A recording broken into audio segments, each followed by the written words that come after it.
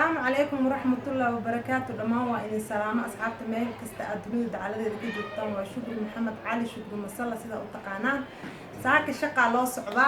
مادام شال عادي أركتين ما أنت إسبرشة واي dadka idaawanaayo oo maxaa la dhahaa friendskeyga ama daawadayaashayda kamid ah waxaan leeyahay shukri waatana barasho wanaagsan Soomaali weyn meel kasta adduunada ka joogta waa idin salaamaya saak waxa way isbarasho la video-ga wuxuu ku saabsan yahay isbarasho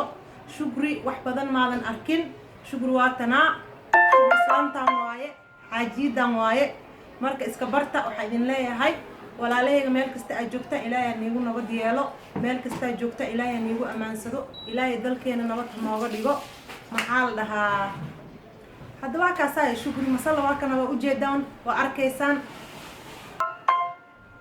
marka waa kaasay shukri waxay idin leedahay meel kasta aad joogtaan nabad ku waara ilaahay dalkeena nabad ha nooga dhigo